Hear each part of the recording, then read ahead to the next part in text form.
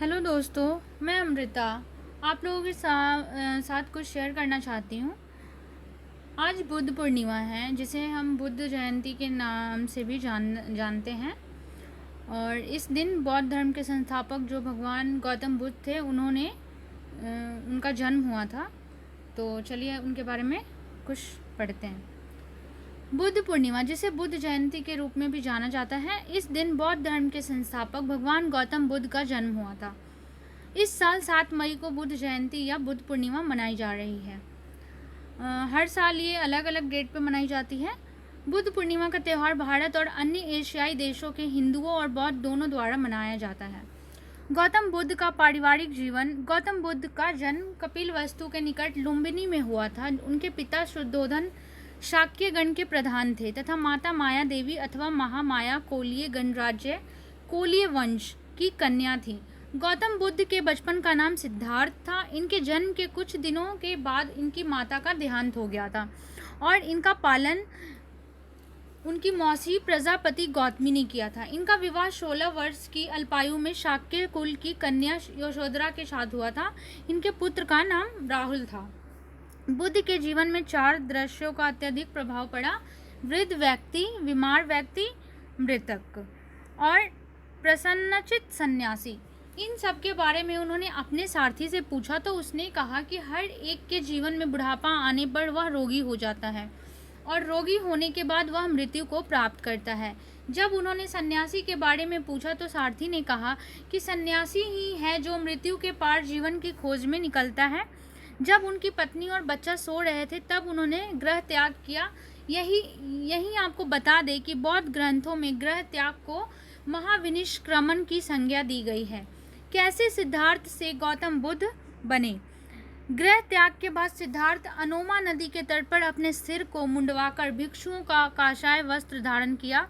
इधर से उधर वे लगभग 7 वर्ष तक भटकते रहे। सर्वप्रथम वैशाली के समीप अलार कलाम नामक सन्यासी के आश्रम में आए। उसके बाद वे उड़ेवेला बोध गया के लिए प्रस्थान किए, जहां पर उन्हें कौंडिन्य इत्यादि 5 साधक मिले। दोस्तों, ये बोध गया जो है वो बिहार में पड़ता है, एक ज़िला है और वहाँ पे ही गौतम बुद्ध वो जो उड़ेवेला जगह जिस जगह पे उन्होंने प्रस्थान किया उस जगह का नाम उड़ेवेला था। 6 वर्ष तक घोर तपस्या और परिश्रम के बाद 35 वर्ष की आयु में वैशाख पूर्णिमा की एक रात पीपल वट वृक्ष के नीचे निरंजना पुनपुन नदी के तट पर सिद्धार्थ को ज्ञान प्राप्त हुआ।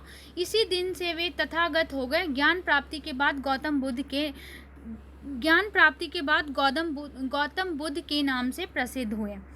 उड़वेला से गौतम बुद्ध सारनाथ आए, जहां पर उन्होंने 5 ब्राह्मण सन्यासियों को अपना प्रथम उपदेश दिया, जिसे बौद्ध ग्रंथों में धर्म चक्र परिवर्तन के नाम से जाना जाता है। यहीं से सर्वप्रथम बौद्ध संघ में प्रवेश प्रारंभ हुआ। तपस्स और कालिक नाम के शूद्रों को महात्मा बुद्ध ने सर्वप्रथम अनुयायी बनाया। महात्मा बुद्ध ने अपने जीवन का सर्वप्रथम उपदेश कौशल देश की राजधानी श्रावस्ती में दिया। उन्होंने मगध को अपना प्रचार केंद्र बनाया। बौद्ध धर्म की शिक्षाएं एवं सिद्धांत। बौद्ध धर्म के त्रिरत्न हैं: बुद्ध, धम्म और संघ।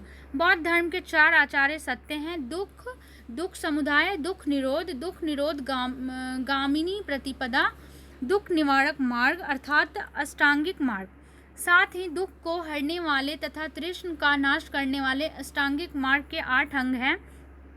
अष्टांगिक मार्ग के 3 मुख्य भाग हैं: प्रज्ञा, ज्ञान, शील तथा समाधि। इन 3 प्रमुख भागों के अंतर्गत जिन 8 उपायों की प्रस्तावना की गई है वे इस प्रकार हैं: सम्यक दृष्टि, वस्तुओं के वास्तविक स्वरूप का ध्यान करना; सम्यक संकल्प, आस्तिक द्वेष तथा हिंसा से मुक्त विचार रखना; सम्यक वाणी, अप्रिय वचनों का सर्वदा परित्याग; सम्यक कर्मांत, दान, दया, सत्य, अहिंसा इत्यादि सत्कर्मों का अनुसरण करना; सम्यक आजीवन, सदाचार के नियमों के अनुकूल आजीविका का अनुसरण करना; सम्यक व्यायाम, नैतिक, मानसिक एवं आध्यात्मिक उन्नति के लिए सतत प्रयत्न करना; सम्यक समृद्धि, अपने विषय में सभी प्रकार की मिथ्या धारणाओं का त्याग करना; सम्यक समाधि, मन अथवा चित्त को एकाग्रता को सम्यक समाधि कहते हैं; अष्टांगिक मार्ग को भिक्षुओं का कल्याण मित्र कहा गया है। बौद्ध धर्म के अनुसार मनुष्य के जीवन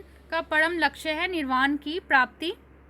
यही आपको बता दें कि निर्वाण का अर्थ है दीपक का बुझ जाना और जीवन मरण के चक्र से मुक्त हो जाना। यह निर्वाण इसी जन्म से प्राप्त हो सकता है, किंतु महापरिनिर्वाण मृत्यु के बाद ही संभव है। बुद्ध ने 10 सिलों के अनुशीलन को नैतिक जीवन का आधार बनाया है। जिस प्रकार दुख समुदाय का कारण जन्म है, उसी तरह जन्म का कारण अज्ञानता का चक्र है। इस अज्ञान रूपी चक्र को प्रतीत्य समुत्पाद कहा जाता है।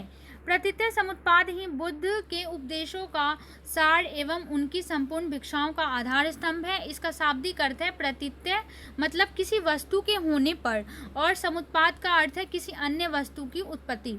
प्रतीत्य समुत्पाद के 12 क्रम हैं, जिसे द्वादश निदान कहा जाता है, जिसमें संबंधित है जाति जरा मरण भविष्य काल से, अविद्या संस्कार भूतकाल से, विज्ञान नाम रूप स्पर्श तृष्णा वेदना सरायतन भव उपादान वर्तमान काल से। बौद्ध धर्म मूलतः अनीश्वरवादी है। बौद्ध धर्म अनात्मावादी है। इसमें आत्मा की परिकल्पना नहीं की गई है। यह पुनर्जन्म में विश्वास करता है। बौद्ध धर्म ने जाति प्रथा और वर्ण व्यवस्था का विरोध किया। बौद्ध धर्म का दरवाजा हर जातियों के लिए खुला था। क्षत्रियों को भी संघ में प्रवेश का अधिकार प्राप्त था। बौद्ध संघ का संगठन गणतंत्र प्रणाली पर आधारित था। बौद्धों का सबसे पवित्र एवं महत्वपूर्ण त्योहार वैशाख पूर्णिमा है, जिसे बुद्ध पूर्णिमा के नाम से भी जाना जाता है।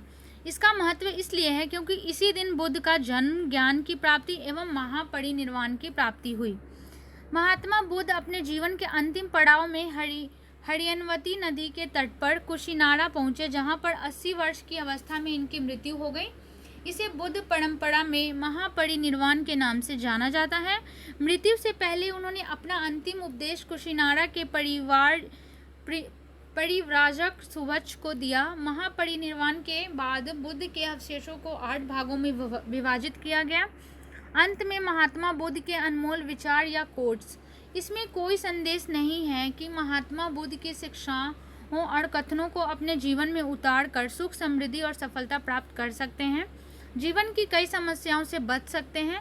3 चीजें ज्यादा देर तक नहीं छुप सकती, सूर्य, चंद्रमा और सत्य। तुम अपने क्रोध के लिए नहीं दंड पाओगे, तुम अपने क्रोध के द्वारा दंड पाओगे। मैं कभी नहीं देखता कि क्या किया जा चुका है, मैं हमेशा देखता हूँ कि क्या किया जाना बाकी है। जिसने अपने को वश में कर लिया है, उसकी जीत को देवता भी हार में नहीं बदल सकते। हजारों साल बिना समझदारी के बिना जीने से बेहतर है कि एक दिन समझदारी के साथ जीना। घृणा को घृणा से खत्म नहीं किया जा सकता है, बल्कि इसे प्रेम से ही खत्म किया जा सकता है, जो कि एक प्राकृतिक सत्य है। हम अपने विचारों से ही अच्छी तरह ढलते हैं। हम वही बनते हैं जो हम सोचते हैं। जब मन पवित्र होता है तो खुशी परछाई की तरह हमेशा हमारे साथ चलती है। अपने मोक्ष के लिए खुद ही प्रयत्न करें, दूसरों पर निर्भर न रहे।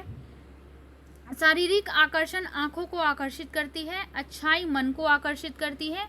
आज हम जो कुछ भी हैं वो हमने आज तक क्या सोचा, इस बात का परिणाम है। थैंक यू, धन्यवाद।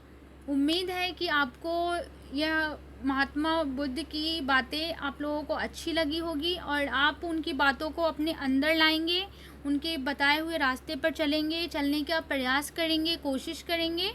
और स्वस्थ रहिए, मस्त रहिए। चैनल को सब्सक्राइब कीजिए, शेयर कीजिए, लाइक्स कीजिए और मिलते हैं। धन्यवाद।